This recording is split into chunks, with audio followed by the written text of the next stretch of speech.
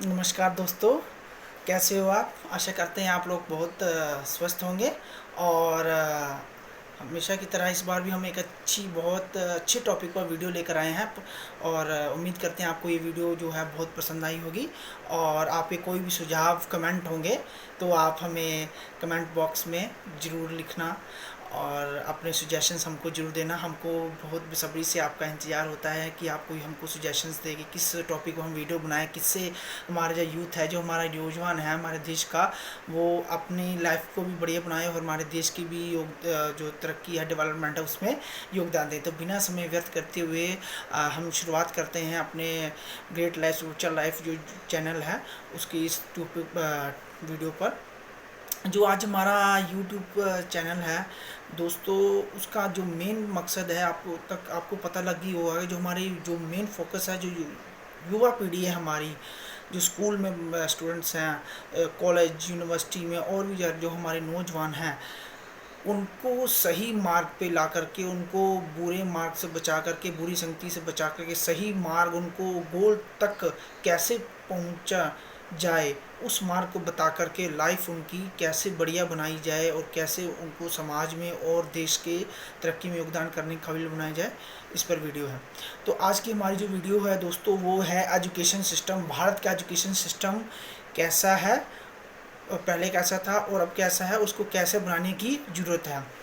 दोस्तों, मैं आपसे ये जानकारी शेयर करना चाहूँगा आज कि हमारा जो भारत जो एजुकेशन सिस्टम था, उसमें पहले स्कूल कॉलेजेस होते थे, यूनिवर्सिटी होती थी, जो कि खाली सिर्फ अपने देश भारत देश में नहीं पूरे वर्ल्ड में मशहूर होती थी, फेमस होती थी। तक्षशिला यूनिवर्सिटी, नालंदा यूनिवर्सिटी सिर्फ देश की नहीं पूरे वर्ल्ड की सबसे बड़ी और जानी मानी यूनिवर्सिटियाँ रह चुकी हैं। आप इसके बारे में हमारे जो गूगल सर्च है वो आप करके पता लगा सकते हैं। तक्षशिला यूनिवर्सिटी, नालंदा यूनिवर्सिटी, यहाँ से देश विदेश से बच्चे पढ़ने के लिए आते थे और पढ़ लिख कर ज्ञान हासिल करके और अपने देश में जा कर के अच्छे ज़्यादा जो है अच्छे रिसर्च वगैरह कर करके अपने देश में योगदान देते थे। हमारे देश में भी जो जो उस यूनिवर्सिटी से पढ़े थे, उन्होंने बहुत सारा भारत की जो डेवलपमेंट है उसमें योगदान दिया था।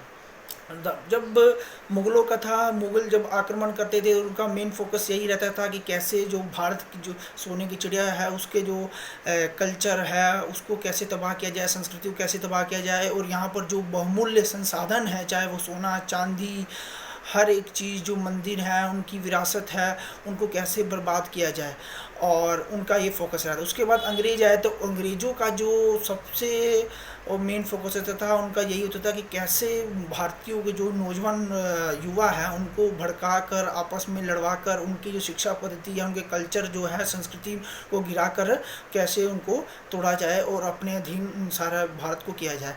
तो इन अंग्रेज़ों में से एक था मकौले। मकौले का उसने पूरे अपने इंडिया में भ्रमण किया, भारत में भ्रमण किया और पता लगाया कि भारत की जो कल्चर है, जो संस्कृति है, जो परंपरा है, वो बहुत मजबूत है, बहुत स्ट्रॉन्ग है। वो जो गुरुकुल में पढ़ने वाले बच्चे हैं, विद्यार्थी हैं, चाहे लड़के हैं लड़कियां, वो अपनी संस्कृति का बहुत बहुत पालन करते हैं, मर्यादाओं को मानते हैं और अपने जीवन में उसको फॉलो अप करते हैं। जो अष्टांग योग होते हैं, यम नियम आसन प्राणायाम प्रत्याहार, जो भी समाधि वगैरह, जो भी अष्टांग योग के हैं वो फॉलो अप करते हैं। प्राणायाम, ये सारा कुछ अपना जो है अपने शारीरिक स्वास्थ्य, मानसिक स्वास्थ्य बनाने के लिए प्रयोग करते हैं। और शिक्षा को अपने आध्यात्मिकता के साथ जोड़ के रखते हैं, जिससे पहला उनका मकसद होता है आध्यात्मिक विकास करके अपने कॉमन सेंस जो होता है, सामाजिक ज्ञान जो होता है, व्यवहारिक ज्ञान, उसको मजबूत करना होता था, करेक्टर।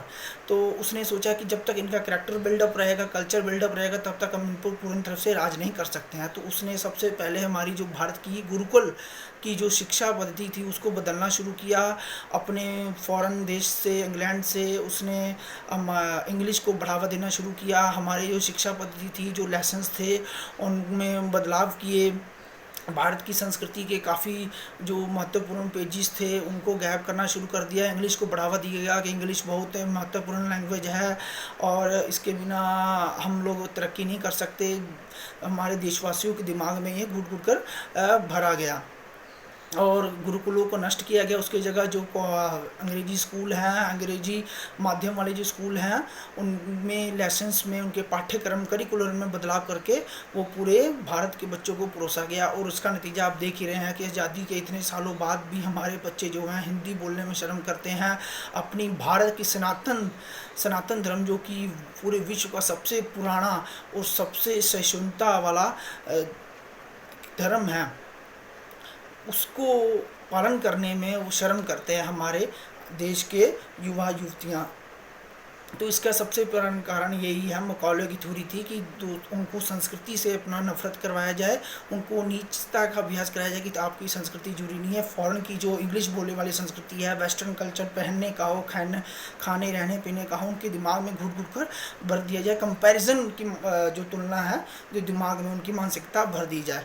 तो दोस्तों, इसी को बदलने की हमारी बहुत बहुत ज़रूरत है कि कोई भी बच्चा जो है स्कूल शुरुआत करता रहा है तो सबसे पहले उसका मोरल कैरेक्टर डेवलपमेंट करने पर ध्यान दें हम, ना कि उसके किताबी कीड़ा बनाने पर। सबसे पहले उसका जो व्यवहारिक ज्ञान है उसको बढ़ाने की कोशिश करें। उसका मोरल कैरेक्टर जो है, उसका बोलने चालने उठने का तरीका समाज में कैसे रहा जाए, उसके तरफ ध्यान दें।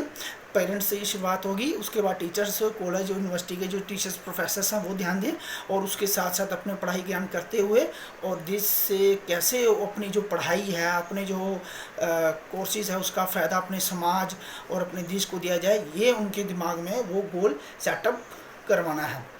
तो ये शुरुआत हमारे घर से, हमारे परिवार से होगी, हमारे पेरेंट्स से होगी, फिर टीचर्स प्रोफेसर ये जिम्मेदारी लेंगे। तो दोस्तों, हमारे जो गुरुकुल में है उसमें कैसे उनको शारीरिक स्वास्थ्य का ध्यान रखना है, मानसिक स्वास्थ्य का ध्यान रखना है, योग, प्राणायाम, ये एक्सरसाइज करके। ये चाय कॉफ़ी तो बाद में अंग्रेज लाए, सबसे पहले हम लोग अपने गाय का दूध का सेवन करते थे। बड़ी से बड़ी बीमारियां भी गाय के दूध से सेवन से, गाय के घी के सेवन से दूर हो जाती थी। एक बार नहीं तो हॉर्लिक्स, बोर्नविटा, ये सब हमको भड़काने वाले या कह सकते हैं आप ऐसी नासमझी वाले ये काम है। जो ताकत जो गाय के दूध, घी और पनीर वगैरह में है, उनकी तुलना इन प्रोडक्टों से नहीं की जा सकती है दोस्तों। तो ज़्यादा से ज़्यादा आप स्वदेशी जो चीज़ें हैं, जो घर के किचन में रहने वाले आपके मसाले हैं, औषधियाँ हैं, उनका अच्छे से प्रयोग करें। जैसे अदरक हो गया, आपका हल्दी हो गया, लहसुन हो गया, काली मिर्च होगी, तुलसी हो गई, पुदीना हो गया, इनका ज़्यादा ज़्यादा उपयोग करें। विटामिन सी का ज़्यादा ज़्यादा प्रयोग करना चाहिए, जैसे नींबू हो गया, संतरा हो गया, जिससे हमारी जो रोग प्रतिरोधक क्षमता है बढ़ती रहती है। तो उनका सब उपयोग सिखाया जाता है। शारीरिक मानसिक में हमको ध्यान करना सिखाया जाता था। हर परिस्थिति को कैसे गुस्से को काबू रखना है। 10 मिनट तक हमने एकदम किसी से कुछ बोले बगैर ना अपनी गहरी सांस लेनी है, आंखें बंद करके। तो ये सिखाया जाता था। और आजकल क्रोध के उपाय हम करने लगते हैं, कोई बात पे हमको गुस्सा चढ़ जाता है तो हम हमारा आपा खो जाते हैं, हम लोग हमारा कंट्रोल नहीं रहता। और पहले ये सब सिखाया जाता है, क्रोध को कैसे काबू रखना है, हमको अपने जो मानसिक जो वासना है उसको कैसे काबू रखना है। बच्चों को सिखाया जाता है कैसे हमने अपना ब्रह्मचार्य का पालन करना है, अपने वीर्य की रक्षा करना है। वीर्य ही जीवन है, उसके फ़ायदे बताए जाते थे।